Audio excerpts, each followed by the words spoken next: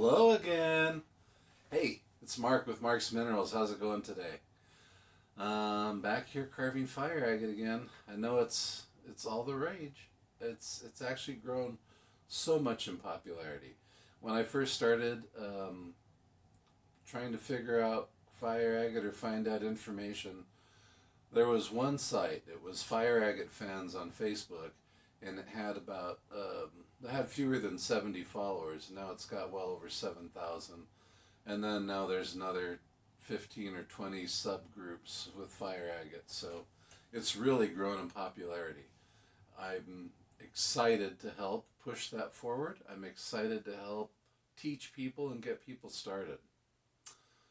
So it was my daughter's idea. When I said I wanted to teach people to do what I did, she said, "Dad, do YouTube videos." And it was brilliant. It worked out really well. And I've loved it ever since. And I've got some wonderful feedback, wonderful comments. And I'm so incredibly grateful for them. The other day I was saying I need some help getting some more tools and some stuff set up. She said, "Dad, try coffee." So she's made enough good decisions where I'm going to follow through. And I'm going to put up my coffee link up here. And if you could, think about maybe making a little donation just to help me get into my new shop. I'm going to restructure the way that I am available for questions and answers. So if I've already struck a deal with you in the past, all that stands, and don't worry, nothing's changing. But for anyone in the future, if you have a series of questions, if you're looking for an appraisal, some advice, something to do with fire agate, people who donate to the coffee fund are going to get first pick. And larger donors will have the potential to do a video conference. If they're stuck on a piece, they can send me some pictures and I'll give them personal pointers. So if that's something that sounds of interest to you, check out my coffee fund. If you just have one or two questions and they're basic and simple, then you can always reach me at fireagatemark@gmail.com. Fireagatemark. Fireagatemark. I like the sound of that. All right. So today I'm carving a Slaughter Mountain piece that I've been working on for a while. I pulled some beautiful color out of it, and I was going really slow, and I was trying to get the outside, and I've got this really pretty metallic green color. There's two different places where you get that kind of metallic sheen. Aguascalientes, or the Mexican fire agate, and Slaughter Mountain. And the colors just are so luminescent when you get right on top of them, that you have to get right on top of them. And that color layer is just a thin sheet. You're talking about a fraction of a millimeter, maybe a quarter of a millimeter thin is your best color. So while I was doing this one, I was tired, frustrated, worried about money, so I blew through a couple spaces. I burned right through. And the more I look at it, the more I think, well, then this isn't done yet. I have to go back.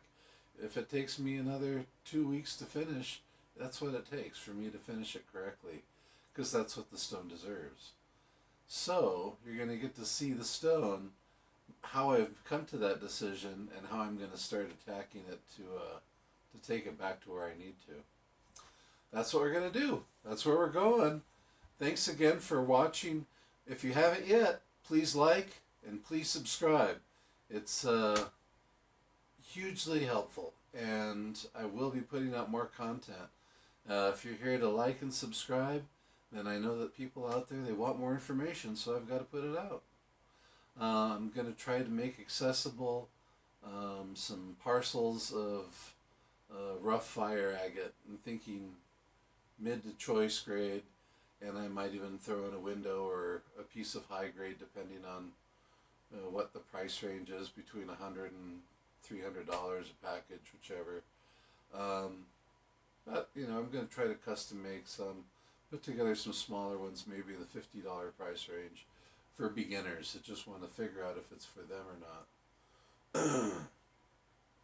I've got a ton of fire agate, and I'm trying to get into a new shop because I want better ventilation. I want better lighting right across the board. That's what I need. So if you can help me, if you can support me, I'm very grateful, and I will show my gratitude. All right, let's get back to the stone. Let's get back to the rocks. All right, here we go. Here's the Slaughter Mountain that I've been working on. This one, my daughter came up with a suggestion for this one too. Because I think this way, I see a turtle. There's the head. There's the oddly shaped shell, some legs.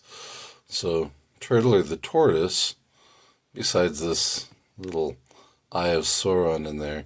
And I like this. I'm going to leave this as is. The color was really good, but only to about here, then it started to fade. So I dropped down. Let's zoom in a little more.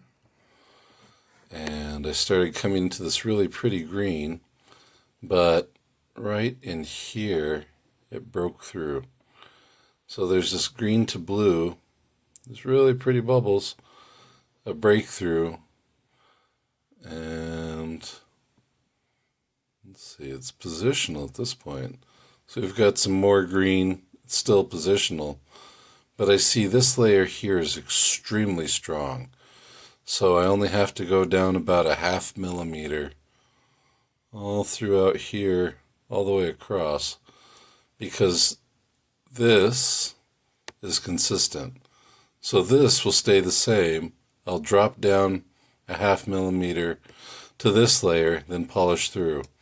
So if you're wondering why the tortoise and the hare, this way, the tortoise, and this way, the hare. You see the little ear, the face, rabbit body. To me, that's a rabbit. And the nice thing is, there's some really, sorry for the fingerprints, there's some really pretty color all the way through. Some blue to green to purple. And then this pink up here, this pink or peach, is an extremely rare color in fire agate. So is yellow. A true yellow and a true pink are probably going to be your more rare and desirable colors. So I'm leaving this bubble alone. Like I said, I'm going to drop down to this next layer, starting from the inside, closest to this ridge. I'm going to leave this alone. I might go a little deeper here, but I'm going to basically leave this alone. The head is positional, but it's got strong color, so I might dive a little bit deeper around the edge of here, but I'm going to leave this part alone where it's bright, and I might go a little deeper here. I don't want to ruin the integrity of the stone. Plus, where it's connected, it's only connected by a couple lips. There's a growth of chalcedony through here, and then the agate joined in here at one point. But that's secondary growth, so I don't want to go any deeper here, lose the structure, or here. So I'm going to dip down again just to this first lip. It's not going to be much. And while I'm doing it, I'm going to use these rotary tools. It's kind of like a pumice stone. It comes in these sets. So I'm just going to grind right through this up to that line, and I'm going to mark this off so I don't touch any of this area. And sometimes it's hard. It's hard to grind off that bright green. When you do see some color, you think, oh no, it took me so long to get to that green, or it took me so long to get to that blank. But, let's see if I can, there we go. There's where the breakthrough is. And I'm going to go really slow because you can see there's bubbles right underneath it. So I really don't have very far to go, but I want it more uniform, so I'm going to do a little cutting. All right, without any further ado, let me switch out my setup, get my water drip going, and then it's going to get loud because I'm going to do some carving. All right, let's get going. Okie dokie. So, right here, you can see where that breakthrough is again. And then we're right on top of this color, the next layer. And I'd like to get some more of this metallic green out of there. And, you know, some oranges and yellows and blues would be nice. Maybe some purples, who knows? We'll find out.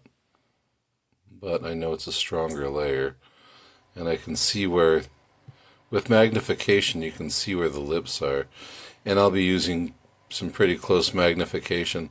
So I'm going to show you just a brief pop through as I start to break through this layer.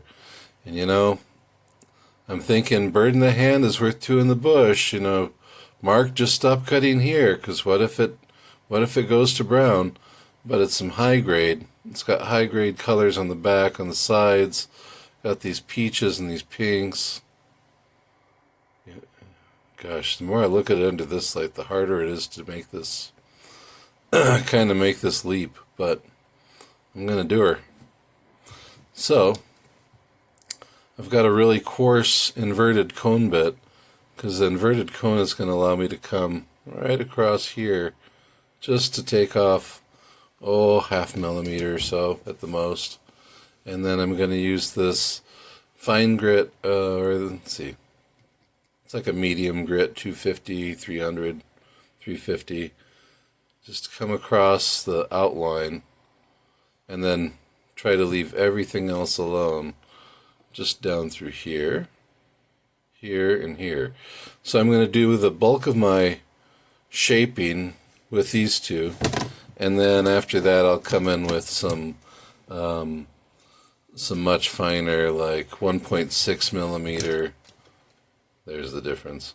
Some little 1.6 millimeter bits, and then just fine tune the edges. And then I'll come in with some sandpaper, probably some 80 grit sandpaper, and then just try to sand everything uniform. After that, I'll hit it with a medium grain sandpaper, maybe a 300, 400 grit, and then when I'm done, I'll hit that with a 3000 grit 3M Trizact sandpaper. After that, I'll hit it with the 8000 3M Trizact sandpaper, and then I'll be ready for polish, because it'll already, I guarantee you after that it'll already have this luster on there. Sorry for the fingerprints. And I'm going to leave this, and most of this alone. I'll come up across the top. I want to leave the eye intact. And through this undercarriage I might go a tiny bit deeper, but barely. I want to maintain that integrity. Gosh, all this for that little spot, huh? Well, let's see what we got. Sorry about it getting loud. At this point, again, please be wearing a mask. Please have eye protection. Ear protection isn't a bad idea. Most people are going to not have a steady flow of water. You can buy a system that's a water drip. You can jerry rig one. Some people have used pressure sprayers. There's all kinds of different setups I've seen. Some people just douse the stone in water as they're going. I like having the steady drip of water. Let me get my magnification. And so I'm going to do a tiny bit of this, because then I've got to get, whoops, wrong one. There we go. Because then I've got to get up close. Forgive the noise.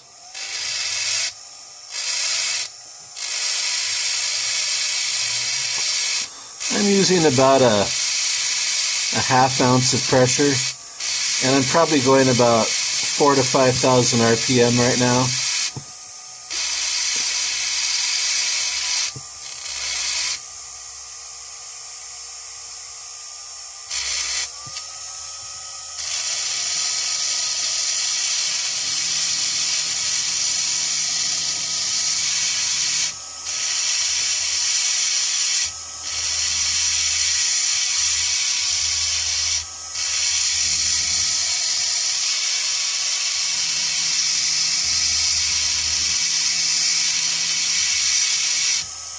slow and steady. You're not in a rush.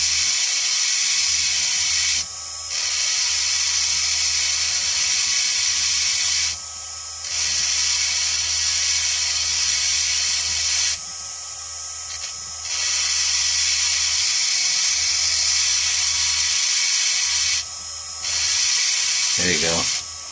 You'll start to see the breakthrough more clearly. And it's easier to tell how this color really exists in just a sheet. It's that agate, and then depending on what mineral or chemical was present during the formation, that's what's going to influence your color. Generally with minerals, if you have green, that's an indicator of copper. And blue might be aluminum or another mineral. Let's see. Purple is gold. Red is some silver. But that's kind of a generalization. That's not always the case.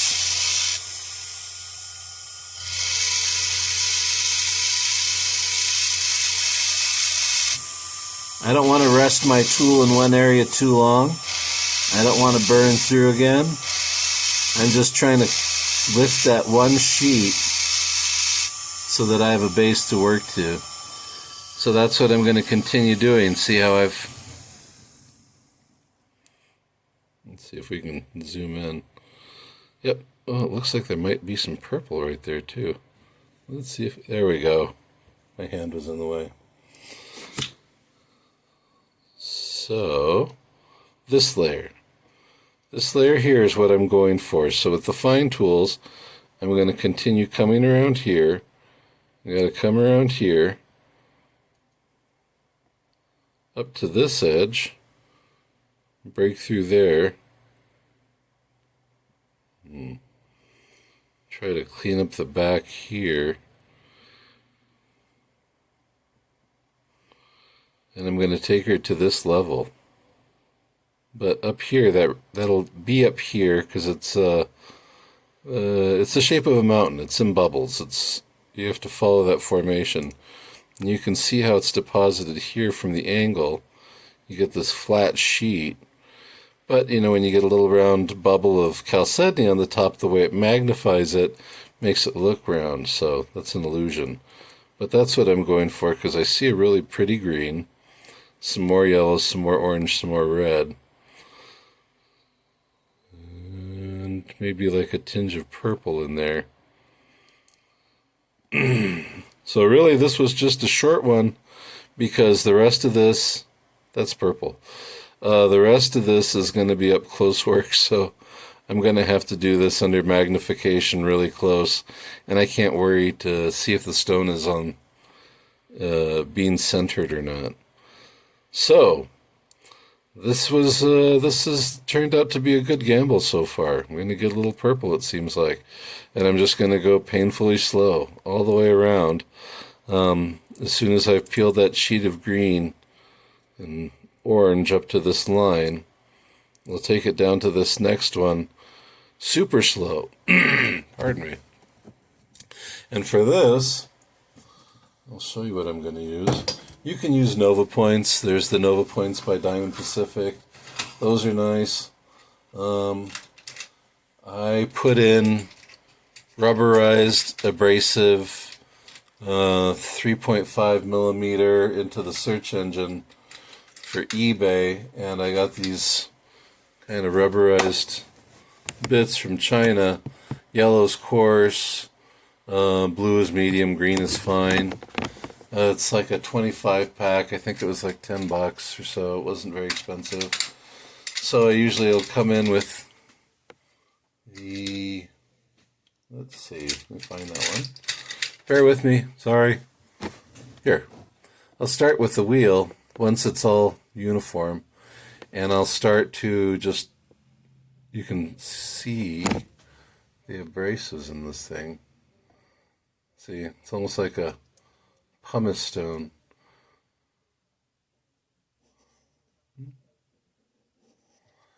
And I'm going to go ahead and try to make sure that I have a nice uniform for surface all the way around. And then I'll polish back down. All right, I'll be back when I'm doing some polishing. Thanks for watching Mark's Minerals videos. Please don't forget to like and subscribe. Come back with more of your questions. The last question was, hey Mark, excuse me, sorry about that. Let me see your setup. All right. So I've got this box that I've punched some armholes out in. I've got a piece of plexiglass on a tilt, and then I just kind of have it so that I can clean this off, wash it, get everything done. I have two basic different gooseneck lamps. One's a magnifier, and the other one's just kind of more of a gooseneck. And then I have this plexiglass, and then I've got a drip system into a bucket. So this is basically what I'm doing. Then I've got two different flex shafts. I've got a Chicago Electric, and I've got a Fordham TX. And then I've just got an assortment of different bits and wheels and this and that I've accumulated over the years.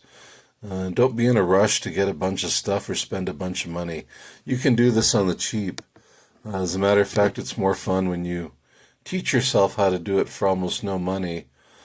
And that way, once you start to get the fancy tools, it just goes by a lot more fast. It's a lot more fun. Thanks for watching. Don't forget to hit that like button. All right, talk to you later. Bye.